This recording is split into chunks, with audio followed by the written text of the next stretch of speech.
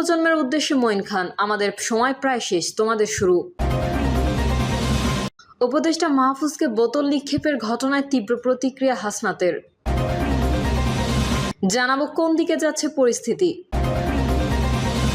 মৌলিক সংস্কার শেষে দ্রুতই নির্বাচন সম্ভব, বলছেন বদিউল আলম মজুমদার। এতক্ষণ শুনছিলেন সংবাদ শিরোনাম, এবারে বিস্তারিত। তবে তার আগে অনুরোধ থাকবে আমাদের চ্যানেলটি সাবস্ক্রাইব করে বেল আইকনটি ক্লিক করুন। উপদেষ্টা মাহফুজকে বোতল নিক্ষেপের ঘটনায় তীব্র প্রতিক্রিয়া হাসনাতের। তথ্য ও সম্প্রচার মন্ত্রণালয়ের উপদেষ্টা মাহফুজ আলমকে লক্ষ্য করে বোতল নিক্ষেপের ঘটনায় তীব্র প্রতিক্রিয়া জানিয়েছেন জাতীয় নাগরিক পার্টির দক্ষিণাঞ্চলের মুখ্য সংগঠক হাসনাত আবদুল্লাহ। তিনি বলেন, সমালোচনা গণতান্ত্রিক অধিকার, কিন্তু শারীরিক লাঞ্ছনা, বর্বরতা এবং সেটির কোনো যুক্তিসঙ্গত ব্যাখ্যা নেই। হাসনাত আবদুল্লাহ বলেন, একজন রাষ্ট্রীয় প্রতিনিধি হিসেবে মাহফুজ আলম সমস্যার সমাধানে গিয়েছিলেন। তাকে শারীরিকভাবে লাঞ্ছিত করা কোনোভাবেই প্রত্যাশিত নয়। এ কথা স্পষ্টভাবে মনে রাখা প্রয়োজন। আপনাদের প্রতিনিধিত্বের দাবি বলেই তিনি আপনাদের কাছে এসেছেন, কিন্তু এই ধরনের উগ্র হঠকারী আচরণ ভবিষ্যতে।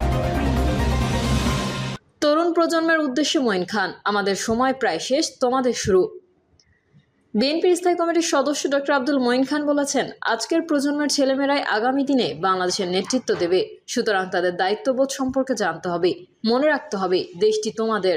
আমরা কিন্তু চলে যাওয়ার পথে, আমাদের সময় প্রায় শেষ, আর তোমাদের সময় শুরু হচ্ছে। তিনি বলেন, কাজেই সে কথা মনে রেখেই সামনে যে দায়িত্ব সেটি গ্রহণের জন্য সঠিক প্রস্তুতি নিতে হবে। এই সময়টা যদি তোমরা নষ্ট করো, পড়ালেখার পরিবর্তে রাস্তায় গিয়ে হই হুল্লোড় করো, তাহলে ভবিষ্যতে তোমাদের উপর 18 কোটি মানুষের দেশকে পরিচালনার যে দায়িত্ব আসবে সেটি সঠিকভাবে পালন করতে পারবে না। উপদেষ্টা মাহফুজকে বোতল নিক্ষেপের ঘটনায় তীব্র প্রতিক্রিয়া হাসনাতের। তথ্য ও সম্প্রচার মন্ত্রণালয়ের উপদেষ্টা মাহফুজ আলমকে লক্ষ্য করে বোতল নিক্ষেপের ঘটনায় তীব্র প্রতিক্রিয়া জানিয়েছেন জাতীয় নাগরিক পার্টির দক্ষিণাঞ্চলের মুখ্য সংগঠক হাসনাত আবদুল্লাহ। তিনি বলেন, সমালোচনা গণতান্ত্রিক অধিকার, কিন্তু শারীরিক লাঞ্ছনা, বর্বরতা এবং সেটির কোনো যুক্তিসঙ্গত ব্যাখ্যা নেই। হাসনাত আবদুল্লাহ বলেন, একজন রাষ্ট্রীয় প্রতিনিধি হিসেবে মাহফুজ আলম সমস্যার সমাধানে গিয়েছিলেন। তাকে শারীরিকভাবে লাঞ্ছিত করা কোনোভাবেই প্রত্যাশিত নয়। এ কথা স্পষ্টভাবে মনে রাখা প্রয়োজন।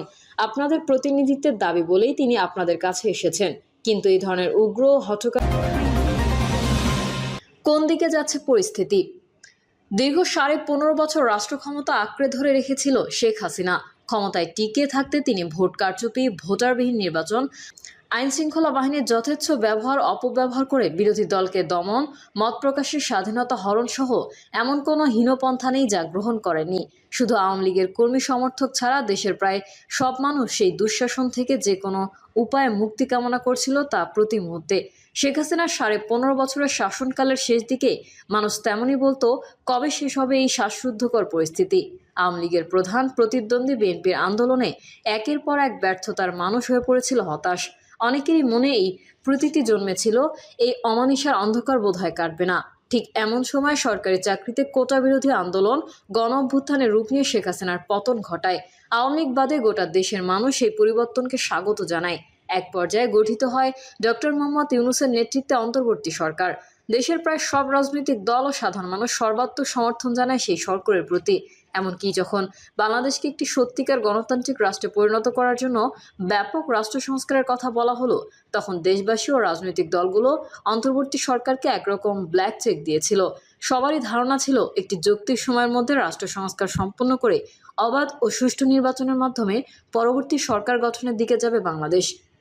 কিন্তু গণ অভ্যুত্থানের পর 9 মাস পার হতে চললেও রাষ্ট্র সংস্কারের কোনো অবয়ব আকৃতি এখনও স্পষ্ট হয়ে ওঠেনি। গঠিত কমিশনগুলোর মিটিং ও সংবাদ ব্রিফিংয়েই সংস্কার ঘুরপাক খাচ্ছে। রাজনৈতিক দলগুলোর পক্ষ থেকে দ্রুত সংস্কার শেষে নির্বাচনের জন্য বারবার আহ্বান জানানো হলেও সরকারের আচরণের সামনে এগোনোর লক্ষণ দেখা যাচ্ছে না। এরই মধ্যে দেশের নতুন রাজনৈতিক মেরুকরণ শুরু হয়েছে। জুলাই আন্দোলনের অগ্রভাগে থাকা শিক্ষার্থীরা সরকারের অংশীদারিত্ব সহ সর্বক্ষেত্রে তাদের নিয়ন্ত্রণ প্রতিষ্ঠায় ব্যাপৃত হয়। এরই মধ্যে তারা একটি রাজনৈতিক দলও গঠন করেছে জাতীয় নাগরিক পার্টি নামে।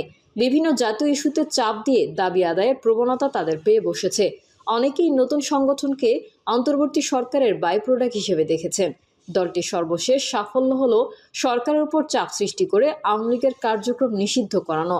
8ই মে রাতে সাবেক রাষ্ট্রপতি মোহাম্মদ আব্দুল হামিদের দেশত্যাগের ঘটনাকে ওসিলা করে তারা আওয়ামী লীগকে নিষিদ্ধ করার দাবিতে আন্দোলন শুরু করে। প্রথমে তারা এই দাবিতে প্রধান উপদেষ্টার সরকারি বাসভবন ঘেরাও করলেও পরে তা শাহবাগ চৌরাস্তায় সরিয়ে নেয়। তাদের সঙ্গে যোগ দেয় জামাত ইসলামী সহ কয়েকটি রাজনৈতিক সংগঠন। 3 দিনের মাথায় অন্তর্বর্তী সরকার তড়িঘড়ি বৈঠক ডেকে বিচার শেষ না হওয়া পর্যন্ত আওয়ামী লীগের রাজনৈতিক কার্যক্রম নিষিদ্ধ ঘোষণা করে। আর পরদিন নির্বাচন কমিশনও আওয়ামী লীগের নিবন্ধন স্থগিত করে। গণঅভ্যুত্থানের পর আওয়ামী লীগকে নিষিদ্ধ করার দাবি ছিল সবার, কিন্তু তখন সরকারের উপদেষ্টারা বলেছিলেন তেমন চিন্তাভাবনা নেই। এই অবস্থায় রাজনীতির অংশীজনের সঙ্গে আলোচনা না করে কেন এত বড় সিদ্ধান্ত নেওয়া হলো? এদিকে শাহবাগ চৌরাস্তার আন্দোলনে আহ্বান জানানো সত্ত্বেও বিএনপি অংশগ্রহণ না করায় এনসিপি ও তাদের তদীয় সঙ্গীরা দলটির উপর নজরে বেজায় নাখোশ। যার বহিঃপ্রকাশ ঘটেছে আওয়ামী লীগকে নিষিদ্ধ করার ঘোষণা প্রচারের পর শাহবাগে বিএনপি ভুয়া বলে ধ্বনি দেওয়া এবং বিএনপিকেও নিষিদ্ধ করতে হবে বলে একটি অংশের দাবি জানানোর ঘটনায় একই সঙ্গে সমাবেশে জাতীয় সঙ্গীত পরিবেশন করা হলে একদল লোকের আপত্তি এবং তা বন্ধ করে দেওয়া জাতীয় ইতিহাসকে মুছে ফেলার ইঙ্গিত কিনা সেই প্রশ্ন দেখা দিয়েছে।